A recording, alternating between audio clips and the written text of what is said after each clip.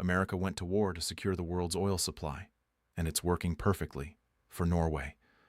Washington is pouring billions into the Gulf trying to stabilize energy flows, and while that operation drags on, Europe is quietly completing a structural break from fossil fuel dependency that could prove permanent. 1/3 of everything the EU burns for heat and power now arrives through Norwegian pipelines that no tanker rerouting, no spot market spike, and no Gulf disruption can interrupt. Electricity from wind and solar overtook fossil fuel generation across the EU for the first time in 2025. That was not a temporary blip. That is a structural shift. And the Gulf energy crisis is not slowing it down. It is accelerating it. By the end of this video, you will understand why the country that benefits most from American spending in the Gulf has no navy, contributed nothing to the operation, and is collecting the profits from every price spike the situation generates. Once you see that, the whole picture looks very different from what the daily headlines suggest. When I dig into the publicly available data, the pattern becomes very clear. After Russia invaded Ukraine in 2022, Europe faced an energy reckoning it had been avoiding for a generation. The entire heating and power infrastructure of the continent had been built around the assumption of cheap Russian gas, and that assumption collapsed overnight. Russian imports fell from over 150 billion cubic meters in 2021 to just 40.9 billion cubic meters by 2025, a 75% drop across 4 years. Europe replaced that volume through 2 channels. Norwegian pipeline gas climbed from 79.5 to 97.2 billion cubic meters, and American LNG tripled from 18.5 to 55.5 billion cubic meters. Together, they covered almost everything Russia had been providing. The logic was straightforward. Spread supply across enough sources that no single country could ever again hold European heating bills hostage. Dependency on one pipeline, one supplier, one political relationship had already cost Europe dearly once. That could not be allowed to happen again. Then the Gulf energy disruption began, and that logic got stress-tested immediately, and what the test revealed is exactly what I want to walk through today. Here is what almost nobody in mainstream coverage talks about when they discuss this story, and I think it is the single most important piece of the puzzle. Pipeline gas and tanker-shipped LNG are not interchangeable products. They look the same on a spreadsheet, but they behave completely differently under pressure. When Norwegian gas is pumped into North Sea infrastructure heading for Germany, that journey is locked in. No trading desk in Oslo can pick up the phone and redirect that cubic meter to a South Korean terminal because the premium looked better that morning. The pipe goes one way. That physical constraint is not a weakness in the commercial relationship. It is the entire point of it. American LNG has no such constraint. It moves on spot markets, and spot markets respond to price. When Asian buyers started bidding up cargo prices in response to the Gulf situation, American exporters did what any rational supplier does. They sent the gas where the money was. Tankers that had been tracking toward Rotterdam changed course for Asian terminals. No contract was necessarily broken. The market worked exactly as designed. But for European energy planners trying to keep storage levels stable, the effect was indistinguishable from a supply cut, and it happened at precisely the worst possible moment. The storage numbers tell the story. European reserves sat at 46 billion cubic meters at the end of February 2026, down from 60 billion at the same point in 2025. That gap represents real vulnerability, heading into a refilling season where the most flexible external supply is busy chasing Asian premiums. What strikes me when I look at the public statements coming out of European capitals right now is how completely the framing has shifted. RWE Chief Executive Markus Kreber put it plainly, and I am quoting here, "The more we electrify, the less we import fossil fuels, the less we import, the more resilient we become." That is not a climate argument. It is a supply chain argument dressed in the language of an energy company earnings call.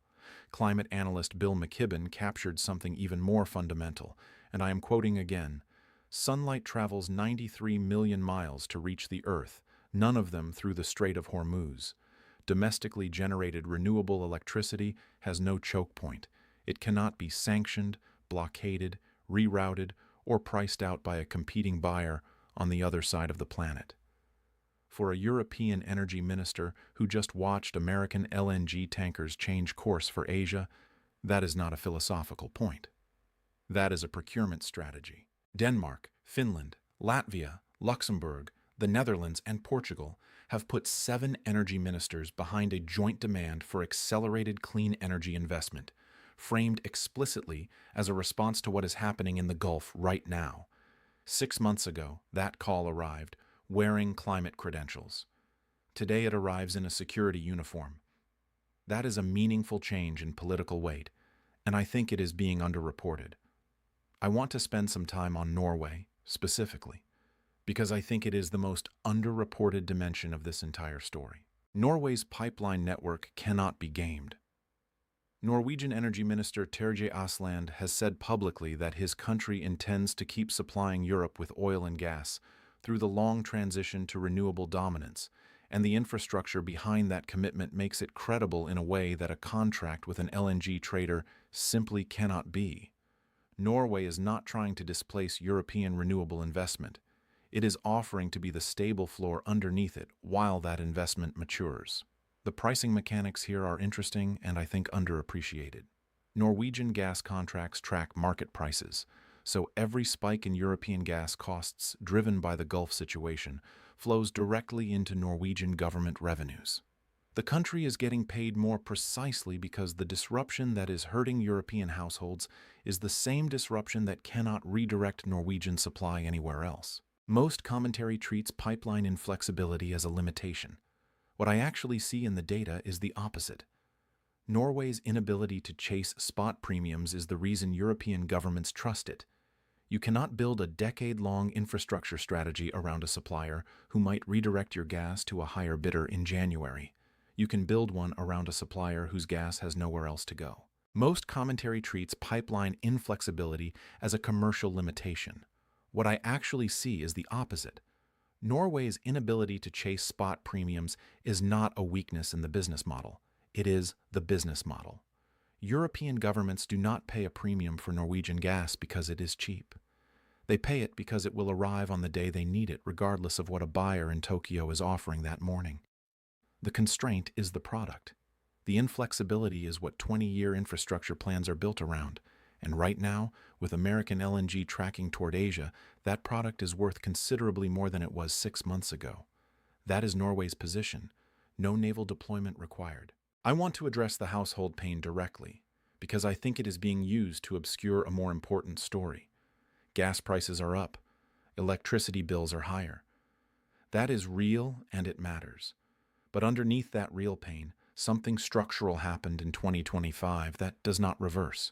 For the first time in EU history, wind and solar generated more electricity than fossil fuels across the entire Union.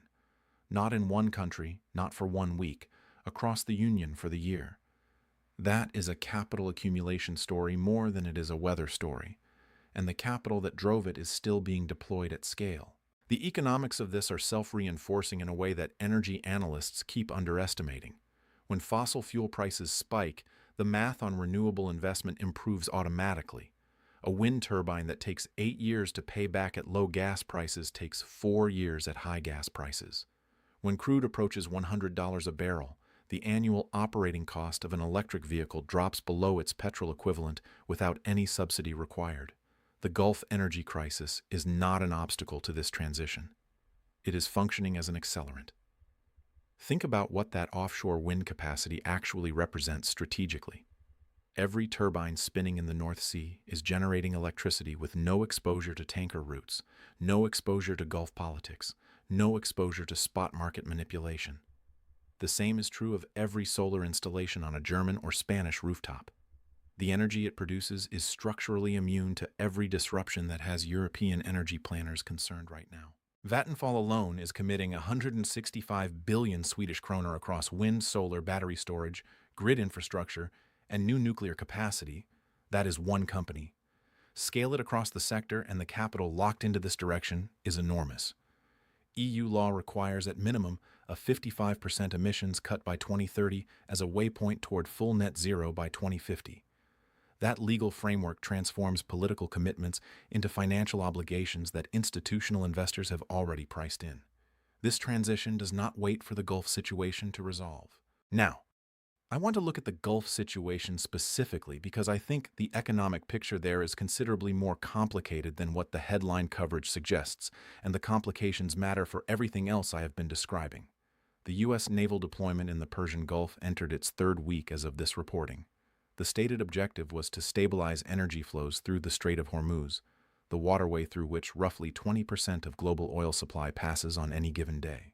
What I find most telling about the current picture is the coalition-building dynamic. President Trump is publicly calling on NATO allies to contribute vessels to a formal grouping he is designating the Hormuz Coalition. Here is what I think is worth sitting with. The United States accounts for more defense spending than the next 10 countries combined. And yet 3 weeks into an operation it initiated, Washington is publicly negotiating for allied contributions. That gap between stated capability and actual coalition strength tells you something important about how the operation is going. Reports also indicate the administration is evaluating options that could include taking control of Iran's Karg Island oil terminal, and if that scenario unfolds, the regional economic consequences would become considerably more complex than anything currently priced into energy or equity markets. Trump has warned publicly that the alliance faces a very bad future if European members do not contribute vessels, and reports indicate the administration is weighing whether to delay a planned summit with Chinese leadership as leverage in this effort. Japan has indicated that sending vessels to the Middle East faces extremely high hurdles given domestic political and constitutional constraints. The United States has advised American citizens to leave Iraq as conditions there deteriorate. Russia is deepening its economic and logistical support for Iran, extending a pattern that began during the Ukraine situation and is now producing visible consequences in the Gulf. What I see when I look at this picture as an economic analyst rather than a military one is a deployment whose costs are accumulating faster than its stated objectives are being achieved. 3 weeks in, the administration is asking the world for help after publicly stating that outside assistance was not needed. That reversal tells you a great deal about the economic sustainability of the current posture. When I dig into the economic data coming out of this situation, a coherent picture forms that short-term daily headlines tend to obscure, and I think it is worth walking through piece by piece, because the connections matter. Start with U.S. Treasury yields. Investors are monitoring the relationship between oil prices and bond markets with considerable intensity right now. When energy costs stay elevated, inflation expectations stay elevated. When inflation expectations stay elevated, Treasury yields remain high.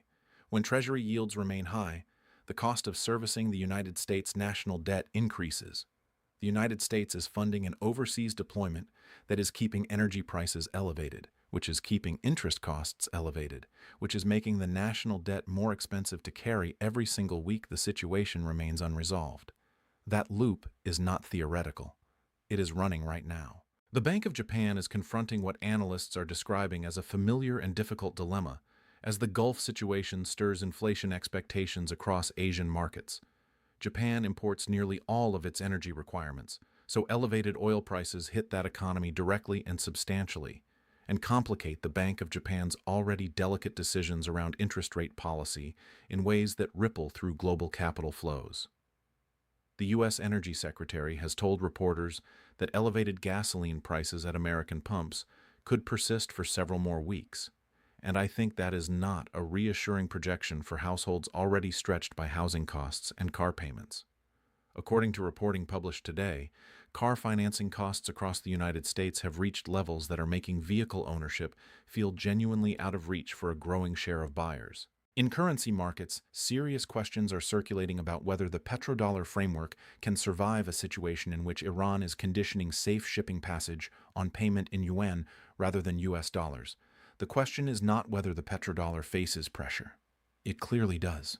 The question is whether this situation is accelerating the speed of that pressure toward a threshold that changes the underlying system.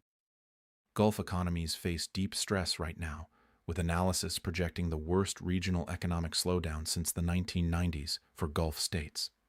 In commodity markets, the silver market saw a disorderly sell-off recently that the Bank for International Settlements has linked partly to leveraged exchange-traded fund activity. Oil price increases are pushing mining costs sharply higher across the board. Energy price shocks propagate through every layer of household expenses. Step back from any individual news event and look at what is actually happening at the system level. because I think this is where the real story is and where most analysis stops short. Washington committed resources to protect fossil fuel supply chains, and that deployment elevated global energy prices, and elevated energy prices improved the economics of renewable investment across Europe. And improving renewable economics means more capital flowing into European domestic generation. And more domestic generation means less European demand for imported fossil fuels over time. And less demand means less leverage for the countries supplying those fuels. That chain runs automatically. Nobody has to coordinate it. It just runs. Meanwhile, the bill for the deployment keeps growing in ways that compound the problem. The U.S. Strategic Petroleum Reserve has released 172 million barrels already, and prices have not come down. The cost of maintaining the U.S. presence in the region is running into billions of dollars per week, and the coalition that was supposed to form effortlessly around American leadership has turned into a very public negotiation with partners who are calculating their own interests before committing anything. 3 weeks in, and the picture is this. European energy ministers are using the situation to accelerate a transition away from the supply chains that the American presence was built to protect. Norway, which contributed nothing to the operation, is collecting the commercial upside of every gas price spike the situation generates. And renewable energy, which has no tankers to redirect and no choke points to defend, is gaining economic ground with every week the situation remains unresolved. I have looked at a lot of these feedback loops across different economic systems and geopolitical situations, and what makes this one particularly hard to interrupt is that every actor in it is behaving rationally. American LNG exporters are rationally chasing higher Asian prices. European ministers are rationally accelerating renewable investment when fossil fuel prices spike. Norway is rationally collecting the revenue its pipeline contracts generate. The loop does not require anyone to make a mistake. It runs on incentives. I want to be direct about what I think happens from here, not as prediction, but as the logical extension of structural incentives that are already locked in. European gas storage at 46 billion cubic meters heading into a refilling season, down from 60 billion a year ago, is a real vulnerability. But the response to that vulnerability is not another round of procurement from exporters who have already demonstrated they will redirect supply when Asian buyers offer more. The response is accelerated Norwegian pipeline deliveries, coordinated demand management, and faster build-out of the renewable capacity that makes the next gap smaller than this one. Every crisis response reinforces the infrastructure that makes the next one less severe. Norway collects the upside from elevated prices throughout this process and remains the indispensable supply partner for as long as European renewable capacity needs a reliable complement. That could be a decade.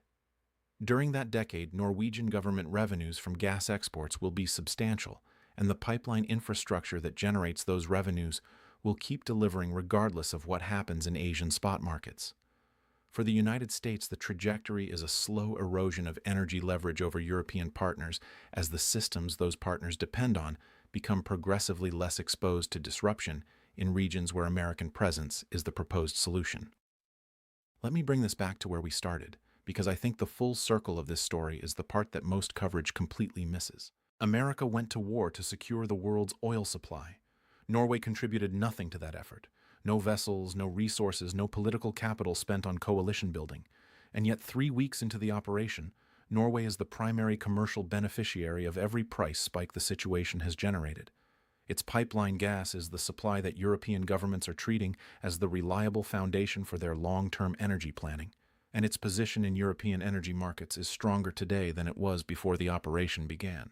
Washington launched this deployment to hold the old energy order together. Every week it runs, Europe spends more political and financial capital building the infrastructure that makes the old energy order irrelevant. The deployment was supposed to demonstrate that American capability translates directly into energy security for Western allies. What it is actually demonstrating is that the only energy security which holds under pressure is the kind that does not need a naval escort to function. Norway supplies the bridge. Renewables are what is being built on the other side of it. And the Strait of Hormuz loses a fraction of its strategic relevance to European energy planners every time another turbine goes into the North Sea. America went to war for oil. Norway did not. Draw your own conclusions about who is winning. Subscribe if this gave you a clearer picture, and I will see you in the next one.